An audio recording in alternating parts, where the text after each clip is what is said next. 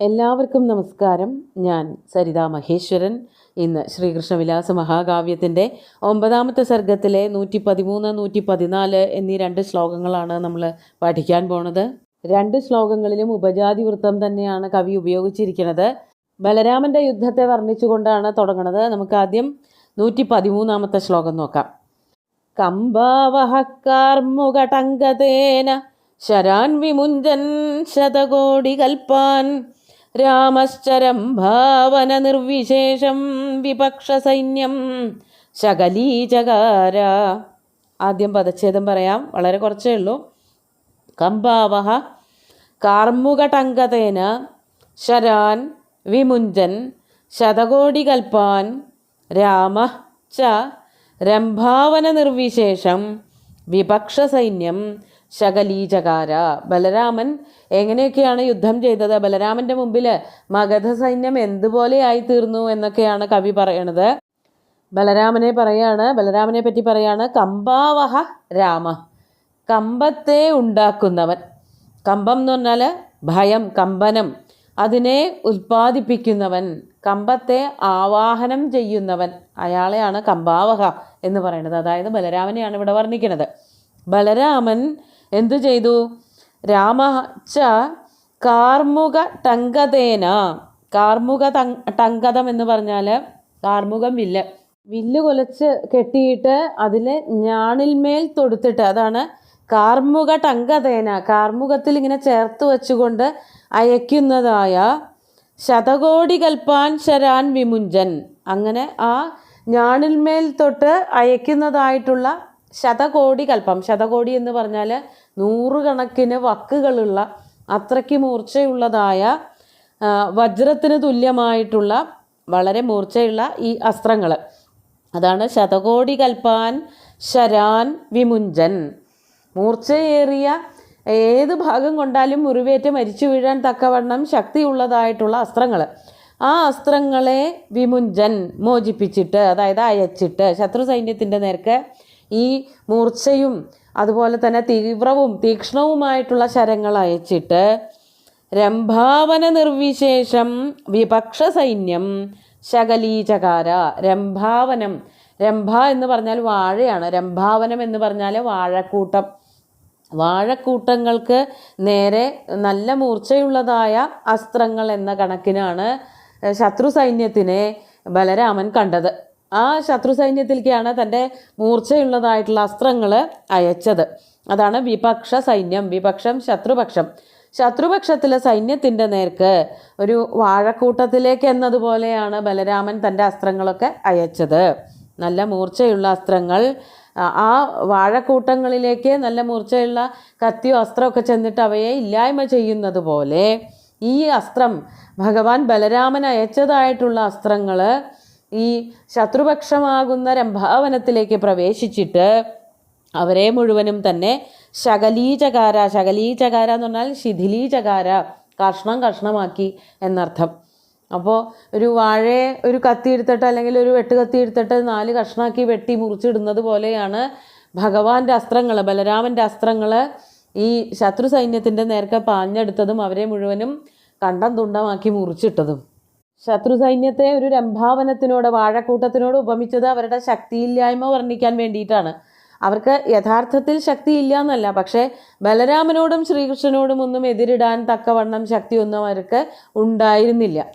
അത് പറയാൻ കൂടി വേണ്ടിയിട്ടാണ് രംഭാവനം എന്നൊക്കെ അവരെ കളിയാക്കി പറഞ്ഞത്. അപ്പോൾ ബലരാമൻ്റെ അടുത്ത് ഒന്നും വിലപ്പോവില്ല, അത്രയ്ക്ക് ശക്തിമാനാണ് ബലരാമൻ. ആ ബലരാമൻ ഈ കദളിക്കാട്ടിലേക്ക് അല്ലെങ്കിൽ വാഴക്കൂട്ടത്തിലേക്ക് ചെന്നിട്ട് അവരെ മുഴുവനും ഇല്ലായ്മ ചെയ്തു. ശത്രുപക്ഷത്തെ ഞൊടിയിട കൊണ്ട് തൻ്റെ അസ്ത്രപ്രയോഗങ്ങളെ കൊണ്ട് ഇല്ലായ്മ ചെയ്യായിരുന്നു ബലരാമൻ ചെയ്തത്. ഖണ്ഡമാക്കി തീർത്തു എന്ന് വ്യാഖ്യാതാക്കൾ പറയുന്നുണ്ട്. നമുക്ക് 114ാമത്തെ ശ്ലോകം കൂടി നോക്കാം. ബലം തയോർബാണപരമ്പരാഭി ആത്മീയമുത്സന്നമവേക്ഷമാണ രുഷാമഹത്യാമഗധാധിരാജോ ജജ്വാലകൽപ്പാന്തകൃശാനുകൽപ്പ. അടുത്തത് മഗധരാജാവായിട്ടുള്ള ജരാസന്ധനെ വർണ്ണിക്കുകയാണ്. പദച്ഛേദം നോക്കാം. ബലം തയോഹോ ബാണപരമ്പരാഭി ആത്മീയം ഉത്സന്നം അവേക്ഷമാണ്. രുഷ മഹത്യ മഗധാധിരാജ ജജ്വാല കൽപ്പാന്തകൃശാനുകൽപ്പ. മഗധാധിരാജൻ, മഗധയുടെ അധിരാജൻ, അതായത് ജരാസന്ധൻ. ജരാസന്ധൻ ഇതൊക്കെ കൂടി കണ്ടപ്പോൾ വല്ലാതെ അങ്ങോട്ട് ദേഷ്യം വന്നു എന്നാണ് പറയണത്. നമുക്ക് അന്വയത്തിലേക്ക് കിടക്കാം. തയോഹോ ബാണപരമ്പരാഭി ഉത്സന്നം ആത്മീയം ബലം അവേക്ഷമാണ്. തയോഹോ അവരുടെ രണ്ടുപേരുടെയും, അതായത് ബലരാമൻ്റെയും ശ്രീകൃഷ്ണൻ്റെയും, ബാണപരമ്പരാഭി അവർ രണ്ടുപേരും തൊടുത്തുവിടുന്നതായിട്ടുള്ള ബാണങ്ങളുടെ പ്രയോഗങ്ങളാൽ, അതായത് അതിങ്ങനെ ഇടതടവില്ലാതെ ശത്രു സൈന്യത്തിൻ്റെ മേൽ വന്ന് പ്രഹരിച്ചു കൊണ്ടിരിക്കുകയാണ് ശ്രീകൃഷ്ണൻ്റെയും ബലരാമൻ്റെയും അസ്ത്രങ്ങൾ. ആ അസ്ത്രപ്രയോഗങ്ങൾ കണ്ടിട്ട്, ആ അസ്ത്രപ്രയോഗം കൊണ്ട് എന്താ സംഭവിച്ചത്? ഉത്സന്നം ആത്മീയം ബലം. ആത്മീയം ബലം, തൻ്റെ സൈന്യം. ബലം എന്നുള്ളതിന് സൈന്യം എന്നർത്ഥമുണ്ട്. ആ സൈന്യത്തിന് എന്ത് സംഭവിച്ചു? ഉത്സന്നം, അവരെല്ലാവരും ക്ഷീണിതരായി തുടങ്ങി. കുറേ അധികം നേരമായി ശ്രീകൃഷ്ണനോടും ബലരാമനോടും അവർ ആക്രമിക്കാൻ തുടങ്ങിയിട്ട്. പക്ഷേ ആ ആക്രമണത്തിനൊന്നും ഒരു ഫലവുമില്ല എന്നല്ല, ഈ സൈന്യങ്ങൾക്ക് ക്ഷീണം വരാനും തുടങ്ങി. ഉത്സന്നം ആത്മീയം ബലം അവേക്ഷമാണ്. തൻ്റെ ബലം എന്ന് പറയുന്നത് ഈ സൈന്യം തന്നെയാണ്. അവർക്കൊക്കെ ക്ഷീണം വരണത് കണ്ടിട്ട് ക്രുദ്ധനായി തീർന്നു ജരാസന്ധൻ. അതാണ് മഹത്യാ രുഷ, വലുതായ ദേഷ്യത്തോടു കൂടിയിട്ട് കൽപ്പാന്തകൃശാനുകൽപ്പ മഗധാധിരാജ ജജ്വാല. കൽപ്പാന്തകൃശാനുകൽപ്പ, കൽപ്പം എന്ന് 2 തവണ പ്രയോഗിച്ചിട്ടുണ്ട്. രണ്ടർത്ഥത്തിലാണ്. കൽപ്പം എന്ന് പറഞ്ഞാൽ കുറേയധികം യുഗങ്ങൾ ചേർന്നിരിക്കുന്ന ഒരു കാലഘട്ടത്തിനെയാണ് കൽപ്പം എന്ന് പറയുന്നത്. ആ കൽപ്പം കഴിയുമ്പോൾ, ഓരോ യുഗങ്ങൾ കഴിയുമ്പോൾ പ്രളയം ഉണ്ടാവും, അല്ലെങ്കിൽ അഗ്നി വന്ന് മൂടുമെന്നൊക്കെയാണ് പറയണത്. തീർച്ചയായിട്ടും കൽപ്പാന്തത്തിൻ്റെ അവസാനത്തിലും കൽപ്പകാലത്തിൻ്റെ അവസാനത്തിലും പ്രളയമോ അഗ്നിയോ ഒക്കെ വരും. അത് വളരെ ഭീകരമായിട്ടുള്ള, ഇവിടെ ജീവിക്കുന്നവരും ജീവിക്കാത്തതുമായിട്ടുള്ള എല്ലാ വസ്തുക്കളെയും നശിപ്പിക്കുന്ന തരത്തിലുള്ള അഗ്നിയുടെയും വെള്ളത്തിൻ്റെയും ഒക്കെ ആക്രമണമാണ് ഉണ്ടാവുക. അതാണ് ഇവിടെ പറയണത്. കൽപ്പാന്ത കൃശാനു കൽപ്പ, കൽപ്പാന്തകാലത്ത് വന്ന് പടരുന്നതായ കൃശാനു അഗ്നി, അതിന് സദൃശമായി തീർന്നു. കൃശാനു കൽപ്പ, അവിടെ കൽപ്പ എന്നുള്ളതിന് സദൃശം എന്നർത്ഥം. കൽപ്പാന്തകാലത്ത് ഭൂമി മുഴുവനും പടരുന്നതായ തീയിന് സമമായിട്ടുള്ള ഒരവസ്ഥയിലേക്ക് ആര് മാറിപ്പോയി? മഗധാധിരാജ ജജ്വാല. ആ മഗധാധിരാജൻ അങ്ങനെ നിന്ന് കത്തി. അതായത് ദേഷ്യം വന്നിട്ടുള്ളൊരവസ്ഥാന്തരമാണ് വർണ്ണിക്കുന്നത്, അല്ലാതെ കത്തി അല്ലെങ്കിൽ ശരീരത്തിൽ തീ പടർന്നു എന്നൊന്നുമല്ല. തൻ്റെ സൈന്യം ക്ഷീണിച്ച് ഈ ബലരാമനോടും ശ്രീകൃഷ്ണനോടും തോറ്റു തുന്നം പാടി ഓടി തിരിച്ചു വരുന്നത് കണ്ടപ്പോൾ വളരെയധികം ദേഷ്യം വന്നു ജരാസന്ധന്. ആ ദേഷ്യത്തിനെയാണ് അഗ്നിയോട്, ഈ കൽപ്പാന്തകാലത്തെ അഗ്നിയോട് കവി ഉപമിച്ചത്. അതിന് ശ്രീകൃഷ്ണൻ്റെയും ബലരാമൻ്റെയും ആക്രമണത്തിന് എതിർത്ത് നിൽക്കാൻ സ്വർഗത്തിലെ രാജകുമാരന്മാർക്ക് അല്ലെങ്കിൽ സ്വർഗത്തിലെ ദേവന്മാർക്ക് പോലും കൽപ്പില്ല. പിന്നെയാണോ ഭൂമിയിലെ ജനങ്ങൾക്ക്? അത്രയ്ക്ക് തീവ്രമായിരുന്നു ഇവരുടെ ആക്രമണം.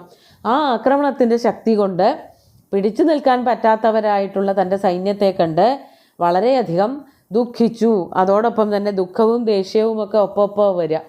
അങ്ങനെ ജരാസന്ധൻ കഠിനമായിട്ട് ദേഷ്യത്തിനടിപ്പെട്ടു. അതാണ് ജജ്വാല, തീ കത്തണത് പോലെ തന്നെ ജ്വലിച്ചു എന്നർത്ഥം. ഇവിടെ കൽപ്പാന്തകാലത്തെ അഗ്നിയോട് ജരാസന്ധനെ ഉപമിച്ചതുകൊണ്ട് അലങ്കാരം ഉപമയാണ് എന്നുള്ള കാര്യത്തിലും തർക്കമൊന്നുമില്ല. നമുക്ക് ശ്ലോകങ്ങൾ ഒന്നുകൂടി ചൊല്ലി നോക്കാം.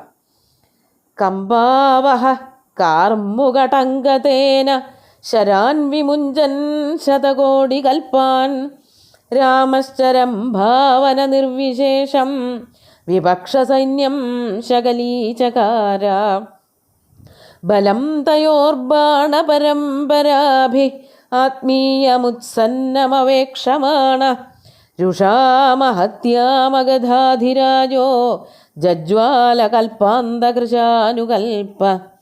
ഇവിടെ കവി വളരെ ശ്രദ്ധിച്ച പദപ്രയോഗങ്ങളൊക്കെ നടത്തുന്നുണ്ട്. മഗധാധിരാജ, അതുപോലെ കൽപ്പാന്തകൃശാനുകൽപ്പ എന്നൊക്കെ വർണ്ണിച്ചിട്ട് പദങ്ങളുടെ ഒരു സാമ്യമൊക്കെ ഇവിടെ ഉണ്ടാക്കിയെടുത്തിട്ടുണ്ട്. അതുപോലെ ശ്ലോകത്തിൽ രുഷ എന്നുള്ളതാണ് ശരിക്കും പ്രയോഗിക്കേണ്ടത്, ദേഷ്യം കൊണ്ടെന്നർത്ഥം. പക്ഷേ ശ്ലോകത്തിൽ സംസ്കൃതത്തിന് ചെറിയൊരു ടൈപ്പിംഗ് എറർ വന്നിട്ടുണ്ട്. രൂഷ എന്നാണ് കൊടുത്തിരിക്കുന്നത്. അത് രൂഷയല്ല, രുഷ എന്നാണ് വാക്ക് വരുന്നത്. അങ്ങനെ ബലരാമൻ്റെ ആക്രമണവും അതുപോലെ തന്നെ ജരാസന്ധൻ്റെ ക്രോധവും ഒക്കെ വർണ്ണിക്കുന്നതായിട്ടുള്ള ഈ 2 ശ്ലോകങ്ങളും ഭഗവാന്റെ കാൽക്കൽ അർപ്പിച്ചുകൊണ്ട് ഗുരുവായൂരപ്പനെ സാഷ്ടാംഗം നമസ്കരിച്ചുകൊണ്ട് എല്ലാവർക്കും ശുഭദിനം നേർന്നു നിർത്തട്ടെ. നന്ദി.